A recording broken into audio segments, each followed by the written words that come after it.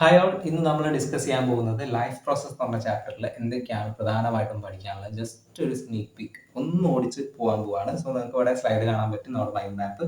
ആ മൈൻഡ് മാപ്പിൽ പ്രധാനമായിട്ടും 4 ലൈഫ് പ്രോസസ്സുകളെ പറ്റി പറയുന്നുണ്ട്: nutrition, respiration, transportation and excretion. ഈ 4 ലൈഫ് പ്രോസസ്സുകളെ പറ്റിയാണ് ഈ ചാപ്റ്ററിൽ പ്രധാനമായിട്ടും പറയുന്നത്. നമുക്ക് ഓരോന്ന് എന്തായാലും ജസ്റ്റ് ഒന്ന് ഓടിച്ച് നോക്കി പോകാം. ഞാൻ ഒന്ന് സൂം ഇൻ ചെയ്യുന്നുണ്ട്. നമുക്ക് ഇവിടെ ആദ്യം ന്യൂട്രീഷൻ കാണാൻ പറ്റും. ന്യൂട്രീഷനിൽ തന്നെ 2 ടൈപ്പ് ഉണ്ട്. ഓട്ടോട്രോപിക് ന്യൂട്രീഷനും ഉണ്ട്, ഓട്ടോട്രോപിക് ന്യൂട്രീഷൻ ഉണ്ട്, ഹെറ്ററോട്രോപിക് ന്യൂട്രീഷൻ ഉണ്ട്. ഓക്കെ, ഓട്ടോട്രോപിക് ന്യൂട്രീഷൻ കാണിക്കുന്ന ആളുകളെ നമ്മൾ ഓട്ടോട്രോപ്സ് എന്ന് പറയും, അതായത് പ്ലാന്റ്സ്. അവർ സ്വന്തമായിട്ട് ഫുഡ് ഉണ്ടാക്കുന്ന ആൾക്കാരാണ്. ദെൻ ഹെറ്ററോട്രോപിക് ന്യൂട്രീഷൻ കാണിക്കുന്ന ആളുകളെ നമ്മൾ ഹെറ്ററോട്രോപ്സ് എന്ന് പറയും, നമ്മളൊക്കെ അതിൽ വരുന്നത്. അതായത് ഡയറക്ട്ലി ഓർ ഇൻഡയറക്ട്ലി ആരെ ഡിപ്പെൻഡ് ചെയ്യുന്നുണ്ട്? ഓട്ടോട്രോപ്പുകളെ ഡിപ്പെൻഡ് ചെയ്യുന്നുണ്ട്. എന്തിന്? ഫുഡിന് വേണ്ടിയിട്ട്. ഓക്കെ, സോ ഓട്ടോട്രോപിക് ന്യൂട്രീഷൻ നമ്മൾ പഠിക്കാനുള്ളത് പ്ലാന്റ്സിന്റെ ഫോട്ടോസിന്തസിസിനെ പറ്റിയാണ്. ഫോട്ടോസിന്തസിന്റെ ഇക്വേഷൻ ഇവിടെ കൊടുത്തിട്ടുണ്ട്, അതൊരു ഇമ്പോർട്ടന്റ് ആയിട്ടുള്ള ഒരു പോയിന്റ് കൂടിയാണ്. ഓക്കെ, ദെൻ ഹെറ്ററോട്രോപിക് ന്യൂട്രീഷനിലേക്ക് വരുമ്പോൾ അവിടെ നമുക്ക് holozoic nutrition, saprophytic nutrition and parasitic nutrition, അങ്ങനെ 3 ഡിഫറെന്റ് ടൈപ്സ് ഓഫ് ഹെറ്ററോട്രോപിക് ന്യൂട്രീഷൻ കാണാൻ പറ്റും. ഇത് ഓരോന്നും ആരിലേക്കാണ് നടക്കുന്നത്, എന്തൊക്കെയാണ് അതിന്റെ പ്രത്യേകതകൾ എന്ന് ചാപ്റ്ററിൽ പറഞ്ഞു പോകുന്നുണ്ട്. ഹോളോസോയിക് ആണ് കുറച്ചുകൂടി ഡീറ്റെയിൽ ആയിട്ട് പറയുന്നത്. അവിടെ അമീബയുടെ ന്യൂട്രീഷൻ പറയുന്നുണ്ട്. അമീബയുടെ ന്യൂട്രീഷൻ പറയുമ്പോൾ നമ്മൾ അവിടെ ശ്രദ്ധിക്കേണ്ട ഒരു പോയിന്റ് സ്യൂഡോപോഡിയാണ്. ഓക്കെ, സ്യൂഡോപോഡിയ സ്ട്രക്ചറിനെ പറ്റി പറയുന്നുണ്ട്. ദെൻ പിന്നെ നമ്മൾ നേരെ പോകുന്നത് നമ്മളുടെ ന്യൂട്രീഷനിലേക്കാണ്. അതായത് നമ്മൾ ഹ്യൂമൻ ബീങ്സ് ഹെറ്ററോട്രോപ്സ് ആണ്, പ്ലസ് നമ്മൾ എന്താണ്, ഹെറ്ററോട്രോപ്സിൽ തന്നെ ഹോളോസോയിക് ന്യൂട്രീഷൻ കാണിക്കുന്ന ആൾക്കാരാണ്. ഓക്കെ, അപ്പോൾ അതുകൊണ്ട് നമ്മുടെ ബോഡിയിൽ എന്തൊക്കെ ഉണ്ട്? നമ്മുടെ ബോഡിയിൽ കുറച്ച് അസോസിയേറ്റഡ് ഗ്ലാൻഡ്സ് ഉണ്ട്, ന്യൂട്രീഷന് വേണ്ടിയിട്ട് അല്ലെങ്കിൽ ഡൈജഷന് വേണ്ടി സഹായിക്കുന്ന അസോസിയേറ്റഡ് ഗ്ലാൻഡ്സ് ഉണ്ട്. ആ ഗ്ലാൻഡ്സ് ഏതൊക്കെയാണെന്നും അതിന്റെ സെക്രീഷൻസ് എന്തൊക്കെയാണെന്നും ആ സെക്രീഷൻസിന്റെ ഫങ്ഷൻസ് എന്തൊക്കെയാണെന്നും പറഞ്ഞു പോകുന്നുണ്ട്. ഓക്കെ, അത് നമുക്ക് ഇവിടെ കാണാം. ഞാൻ ഓൾറെഡി സ്ലൈഡിൽ ഹൈലൈറ്റ് ചെയ്ത് വെച്ചിട്ടുണ്ട്, ഞാൻ ഇനി അത് ഹൈലൈറ്റ് ചെയ്യുന്നില്ല, ജസ്റ്റ് പറഞ്ഞു പോകാം. സലൈവറി ഗ്ലാൻഡ് ആണ് ആദ്യത്തെ. സലൈവറി ഗ്ലാൻഡ് മൗത്തിലാണ് കാണപ്പെടുന്നത്. Salivary gland salivary amylase produce ചെയ്യുന്നു. ആ സലൈവറി അമിലേസ് എന്താവും? സ്റ്റാർച്ചിനെ സിമ്പിൾ ഷുഗർ ആയിട്ട് കൺവേർട്ട് ചെയ്യും. ദെൻ ഗാസ്ട്രിക് ഗ്ലാൻഡ്സ് ആണ്. ഗാസ്ട്രിക് ഗ്ലാൻഡ്സ് കാണപ്പെടുന്നത് സ്റ്റൊമക്കിൽ വാളിലാണ്.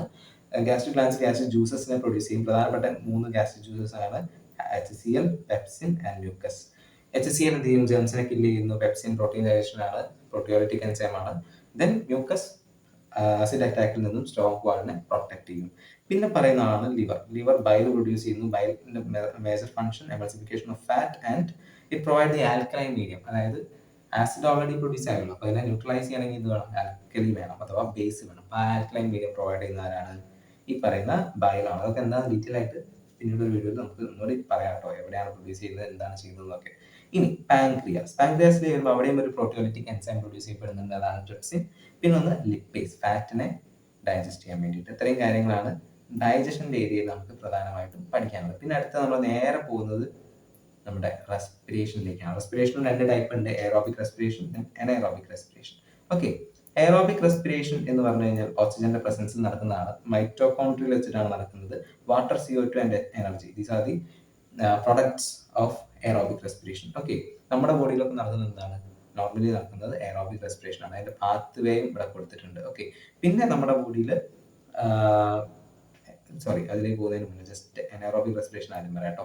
എനൈറോബിക് റെസ്പിറേഷൻ നടക്കുന്നത് ഓക്സിജന്റെ ആബ്സെൻസിലാണ്. ദെൻ സൈറ്റോപ്ലാസ്റ്റിൽ വെച്ചിട്ടാണ് നടക്കുക. എത്തനോൾ, CO2 ആൻഡ് എനർജി, ഇതാണ് അനൈറോബിക് റെസ്പിറേഷന്റെ പ്രൊഡക്റ്റ്.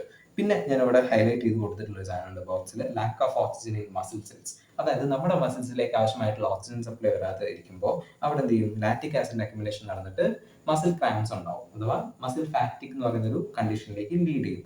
അതിനെപ്പറ്റി പറഞ്ഞു പോകുന്നത്, അതായത് നമ്മുടെ ബോഡിയിൽ അനൈറോബിക് റെസ്പിറേഷൻ നടക്കുന്ന ഒരു കണ്ടീഷനാണത്. ഓക്കെ, അതുകൊണ്ടാണ് അതിനെ ഇമ്പോർട്ടൻ്റ് ആയിട്ട് കൊടുക്കുന്നത്. Okay, ready. എന്നാൽ നമുക്ക് അടുത്തതിലേക്ക് പോവാം. അടുത്ത ടോപ്പിക്കാണ് ട്രാൻസ്പോർട്ടേഷൻ. ഓക്കെ, ട്രാൻസ്പോർട്ടേഷനിൽ വരുമ്പോൾ നമുക്ക് ഹ്യൂമൻ ബീങ്സിന്റെ ട്രാൻസ്പോർട്ടേഷനും അതുപോലെ തന്നെ പ്ലാന്റ്സിന്റെ ട്രാൻസ്പോർട്ടേഷനും പഠിക്കാനുണ്ട്. ഹ്യൂമൻ ബീങ്സിന്റെ ട്രാൻസ്പോർട്ടേഷനിൽ പ്രധാനമായിട്ടും ഹാർട്ടിനെ പറ്റി പറയുന്നുണ്ട്. ഓക്കെ, ഹാർട്ടിന്റെ സ്ട്രക്ചർ എന്താണെന്നും ഹാർട്ടിലേക്ക് വരുന്ന ആർട്ടറീസ്, വെയിൻസ്, അതുപോലെ തന്നെ എവിടെ നിന്നാണ് വരുന്നത്, എന്തൊക്കെയാണ് വരുന്നത്, എങ്ങോട്ടൊക്കെയാണ് പോകുന്നത്, എന്തൊക്കെയാണ് കൊണ്ടുപോകുന്നത് എന്നുള്ളതൊക്കെ ഡീറ്റെയിൽ ആയിട്ട് പറഞ്ഞു പോകുന്നുണ്ട്. അതൊന്നും ഞാൻ ഇവിടെ അത്ര കാര്യമായിട്ട് കൊടുത്തിട്ടില്ല. പിന്നെ അവിടെ പറയുന്ന ഒരു കാര്യം ബ്ലഡാണ്. ബ്ലഡാണ് നമ്മുടെ ബോഡിയിലെ ട്രാൻസ്പോർട്ട് മീഡിയം ആയിട്ട് ആക്ട് ചെയ്യുന്ന ബോഡി ഫ്ലൂയിഡ്. ഓക്കെ, ബ്ലഡിന്റെ കോമ്പണൻസിനെ പറ്റി പറഞ്ഞു പോകുന്നുണ്ട്. ബ്ലഡിന്റെ കോമ്പണൻസ് എന്തൊക്കെയാണ്? Plasma, RBC, WBC and platelets. These are the major components of blood. Okay, അതിൽ RBC, WBC ഒക്കെ നമ്മൾ ചെറിയ പ്രായത്തിൽ കേൾക്കുന്നുണ്ട്, പ്ലേറ്റ്ലെറ്റ്സും കേൾക്കുന്നുണ്ട്. ഓക്കെ, എനിവേ ബാക്കിയൊന്നും ഞാൻ ഡീറ്റെയിൽ ആയിട്ട് പറയുന്നില്ല. പിന്നെ നമ്മുടെ ബോഡിയിലുള്ള മറ്റൊരു ബോഡി ഫ്ലൂയിഡ് ആണ് ഇത് ലിംഫ്.